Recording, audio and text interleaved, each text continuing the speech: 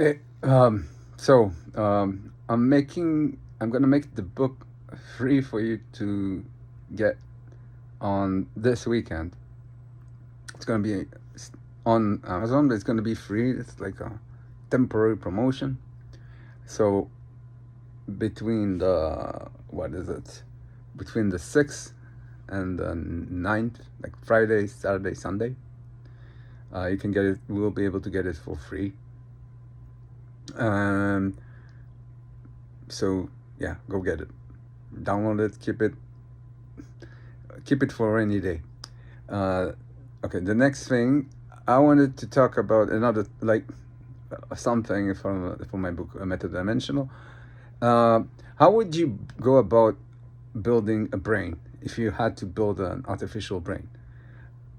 Which is now this sounds if you're coming from physicalism, from the assumption that everything that the brain does is not the brain does, everything that is mental is reducible to the physical, then you'd think this is the question about AI. How would you build AI?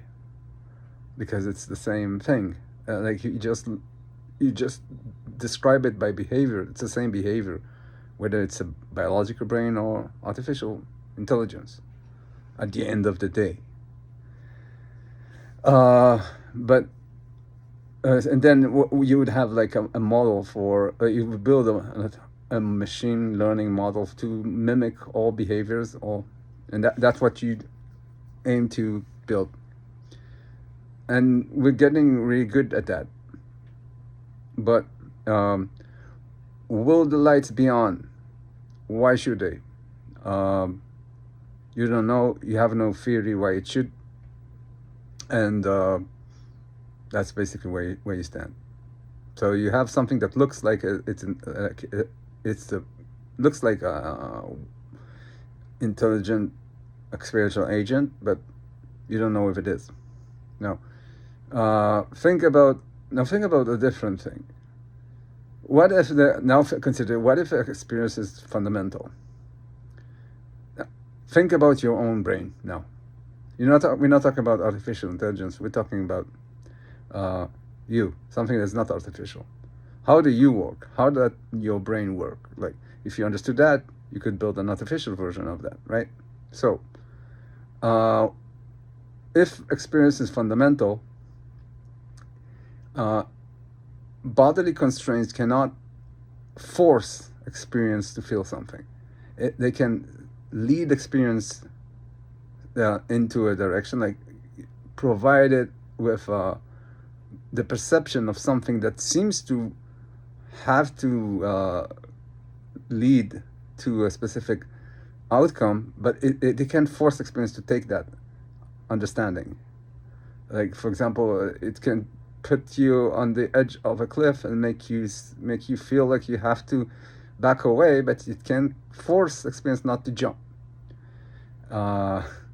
That's like an extreme example, but that's the gist. Like, it cannot force. So you have a body that is not capable of of determining experience, just hinting. On the other hand, if you consider the model I provide for the body space, the idea that if you take this, like, for example, the double slit experiment, you see how experience is changing, not just the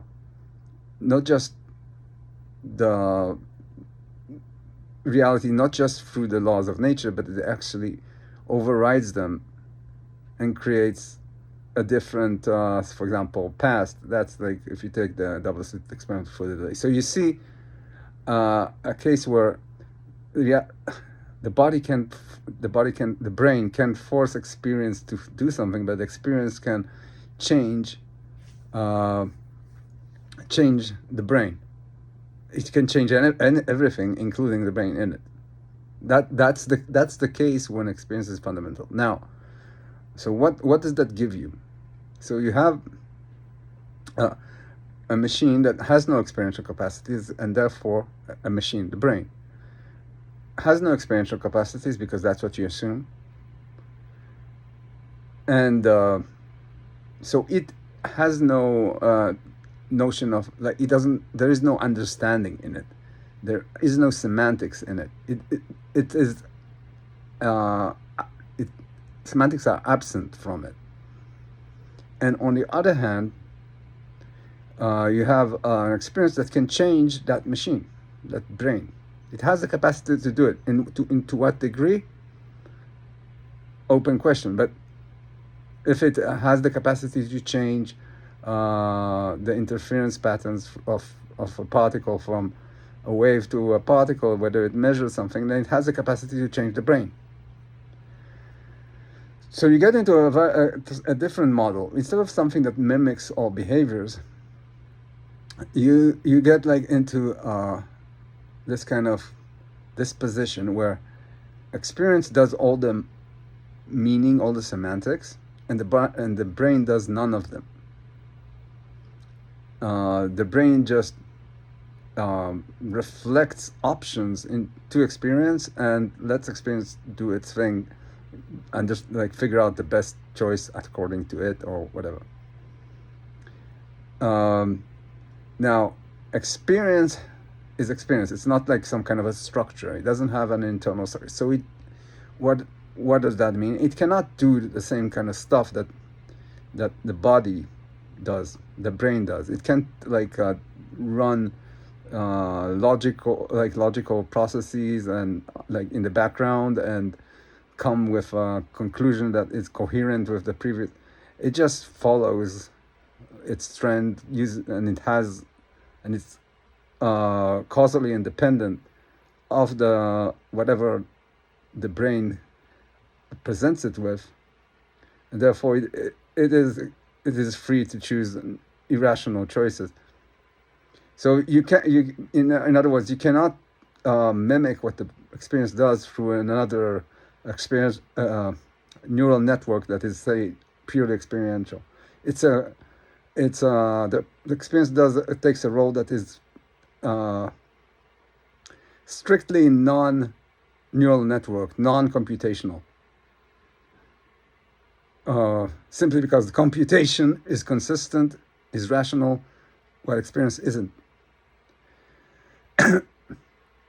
So what you but it's still the experience is still the place where semantics happen. So what you get is experience reading semantics from the brain and changing the brain, while the brain never has semantics of its own. So the experience can repurpose the brain however it pleases for different semantics. And this is what I call contextual repurposing. The experience has the capacity to change the brain's the context at which the biological, physical brain makes computations. Well, the brain doesn't care, and because of that, it really doesn't matter if the brain is biological or silicone or artificial. There is no difference between let's say a computer that you're using and your brain. They are both non-experiential. I mean, there is a difference, but it's not about the computational capacities. It's more about the computer that you work with never bothered to learn how to manipulate your experience beyond what is possible in the physical space, like how to make you say like to use this or that application. So this is the contextual repurposing. This is how the brain works when experience is fundamental. And I think it's illuminating because it's not what artificial intelligence science is attempting to achieve. And therefore it's not what it's going to come up with unless it changes its presuppositions.